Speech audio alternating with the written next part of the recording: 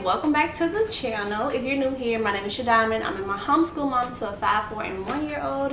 And in today's video, I'm going to be sharing our group subjects or our morning subjects, however you want to call it, just the subjects that are outside of our core, which is math and language arts. So as I said, my children are 5 and 4, and so I do individual subjects or individual curriculum for math and language arts because they're on two totally different levels, and I don't want one to be behind and I don't want the other one to not understand what's going on. And so I do those two subjects separately, and I said to simplify everything else, I'm going to do every other subject together, right, on the same level. But I make sure that I teach on my 5-year-old level, right? So for one of our subjects, we are doing health. I wanted to add health this year because, you know, I think we eat pretty healthy, and I want my children to be able to go in the stores and look at nutrition labels and recognize ingredients and just understand what they're eating, why they don't eat it. There are a lot of snacks and stuff that people eat around my children, and they're like, why can't we have it? And so teaching them about healthy foods, healthy eating, and just how our body works and stuff like that, how we have to eat different, is very important for me. And so I'm using a free health curriculum off Miniature Masterminds, and I did share that in another video. But this is on the 1st grade level, so some of the subjects that's covered is healthy foods, you know, nutrients, exercise, skeleton, muscles, healthy food and grains, fruit, vegetables, meat, dairy, meal planning, the mouth and teeth, to the dentist, 5 senses. It's a lot of great things in terms of health and safety. I wanted to make sure I incorporated that because reading is like my main priority, teaching my children to read and teaching them how to do math, but I also want them to be able to learn a lot of life skills, right? Learn how to interact and, you know, just care for themselves, their bodies, or people around them, and knowing like different things. Early exposure is very important for me. I will always be able to guide them. I do want them to get their own understanding and just know how things work, right? I want to set them up to be able to let me know what they're interested in and what they want to be, you know, what problem they want to solve. And so I think them knowing about their body and just knowing about how things work is the way to go. Me and my husband was talking, and we was like, we don't remember being taught explicitly how things work or why we should eat certain things or how to have balanced meals and stuff like that. That's something that we've, you know, started to dive more into a few years ago, and it's like I want to give them that head start, and so they can know early on like how to take care of their body and what they should be eating and stuff like that. Not just because we're telling them that they need to eat it, but also because they understand about healthy foods and healthy eating and how things affect their little bodies. So that's one of our subjects that we are covering, health. For our second subject that we're doing as a group is going to be science. So this is another free curriculum from Miniature Masterminds, and with the free curriculum, I'm not following it to the T, but I love that they have different topics that I can cover, and it kind of gives a brief overview of what they should know, right?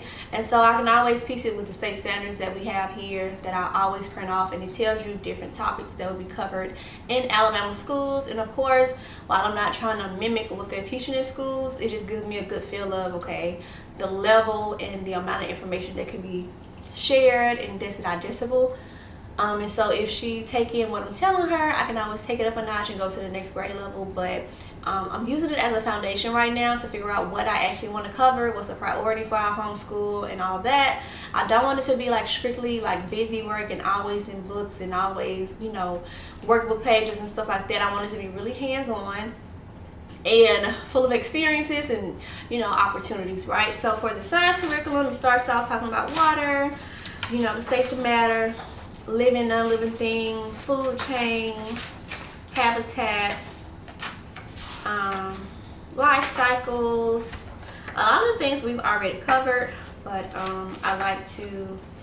I like how this is set up. It's very simple and to the point, and I can always just add more to it, like in terms of life cycles. Depending on what it is, I can actually let them grow butterflies, or see how fishes grow, or whatever the case may be. So we can grow plants. A lot of the things we've already like briefly discussed, like during the pre-K curriculum and preschool curriculums. Like exposure is very important for me, so that's why I'm doing it and teaching it with my 4-year-old as well. I'm not requiring her to do any workbook pages or any of these worksheets, but I really want her to listen, and I can give her crafts to kind of like, you know, have her do something that makes it stick with her.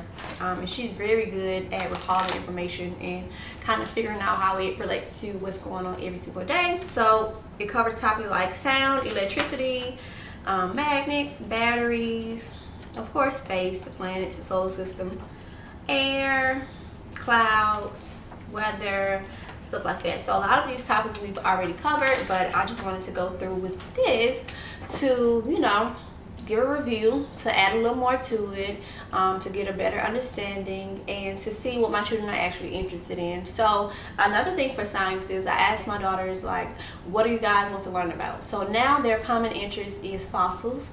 So I am checking out books on fossils, we're reading about fossils, we're watching things about fossils, and we're going to take a trip to the museum that has, you know, actual fossils in it. I'm really following their interests when it comes to science, but I have this to fill in for those days where they're like, okay, they don't have anything specific they want to learn about that week or whatever. I can always fill in and say, okay, we're going to talk about this, and then if they ever come across anything that they want to learn about, then I always incorporate that, as well as whatever we're covering for that week.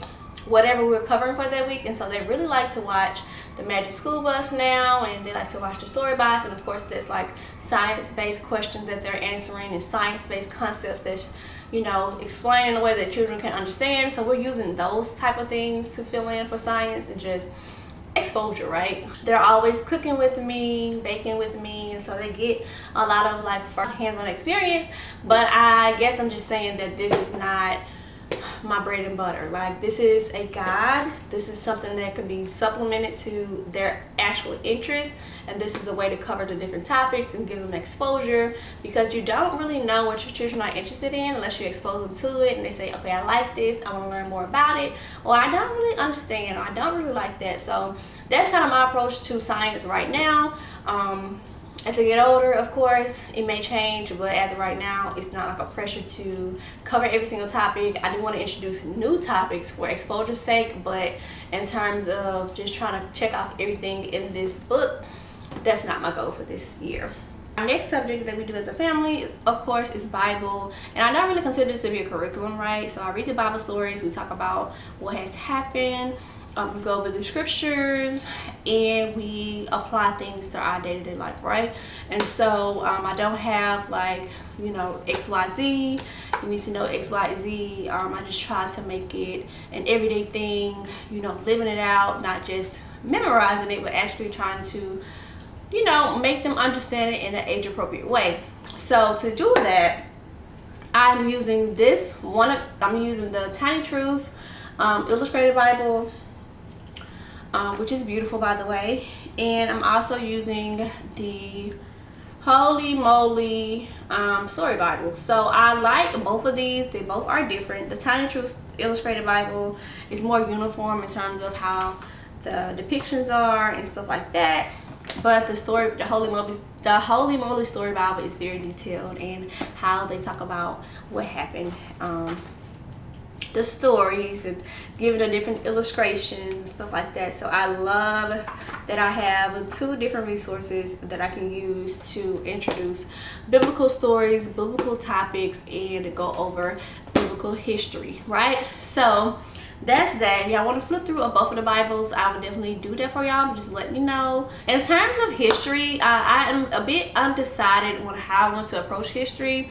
I do want my children to know, you know, history. I want it to be age appropriate, and I don't want the history to start with slavery or the civil rights or anything like that. My approach so far has been to introduce like well-known Black figures, whether they are inventors or speakers or musicians, or I try to show them and tell them about people who are well renowned, who are famous for what they've done and what they have contributed to, our community, to our culture and stuff like that. And so I try to do it in a way that is seamless. So say for instance, if there's something like the traffic light, right? We've talked about Garrett Morgan, maybe when they were like 2 and 3, right? I told them about the traffic light and how he invented it, and now that they are older, we go more in depth on like the struggles that he had and how he came up with the traffic light, the story, what other inventions what other things he created and stuff like that. And so that's really my approach.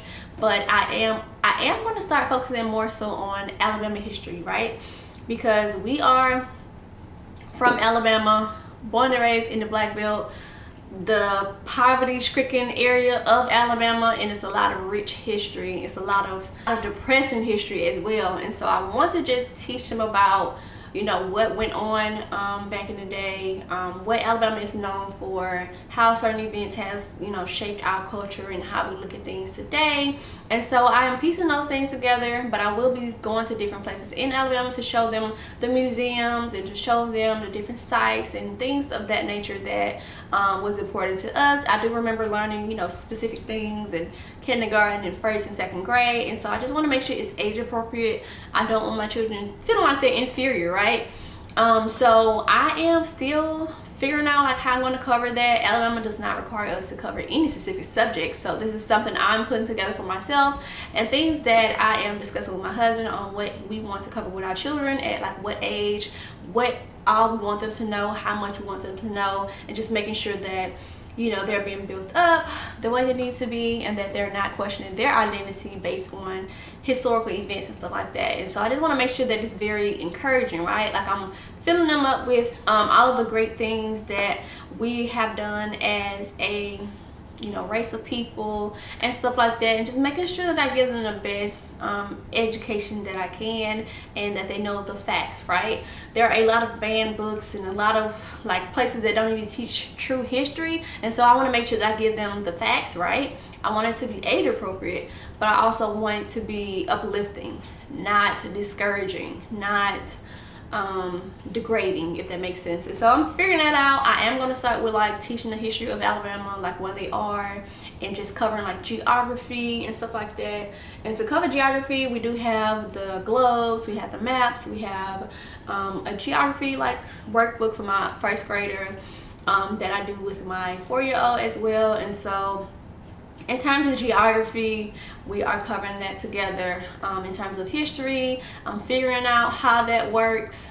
We are covering like economics and stuff like that, day to day. We talk with them about budgeting and saving and how money works and stuff like that. And so I guess overall though, for social studies, I'm really just piecing together different resources.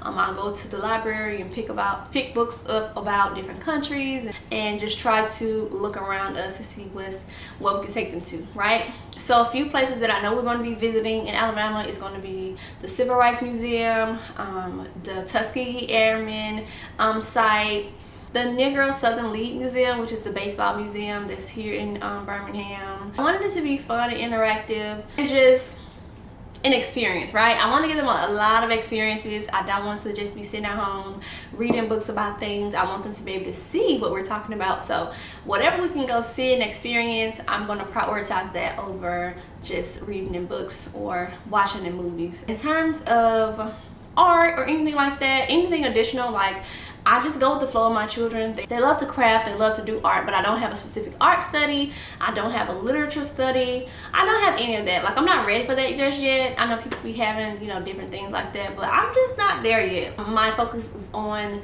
reading fluently, learning math and thinking logically, critical thinking and all of that. So I prioritize that with puzzles and practice on reading books that they're interested in, and having them create things from scratch and not watch other kids or not give them toys that are already assembled. And so that's my priorities. In terms of like our circle time, of course, we talk about the day of the week, the weather, we go over different things that we need to know. But that's pretty much it in terms of our like morning basket or our family subjects. I'm keeping it really simple and to the point right now, especially with the 1-year-old.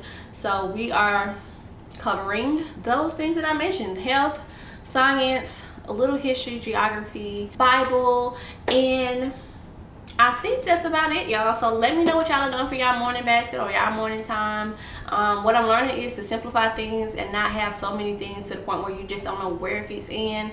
I can have so many books, but I don't know how to rotate it out. So right now we're doing Monday through Thursday in terms of formal lessons, and then on Fridays kind of like a free day or whatever they want to discover a little more, maybe a field trip, maybe an art project or whatever the case may be. But I don't have anything formal for that. I kind of let the children guide me on what they want to learn more about, what they want me to do with them. We do incorporate art, but it's not something that is a requirement every single day.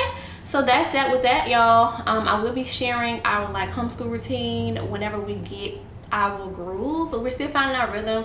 But I also think I want to do like a day in the life, right? Like showing you how I take the time out to go work with each of my girls at different times, and then how we come together and learn together. So maybe that's in the works, I'm not sure. Let me know if y'all want to see that. But so far that's all I have for this video.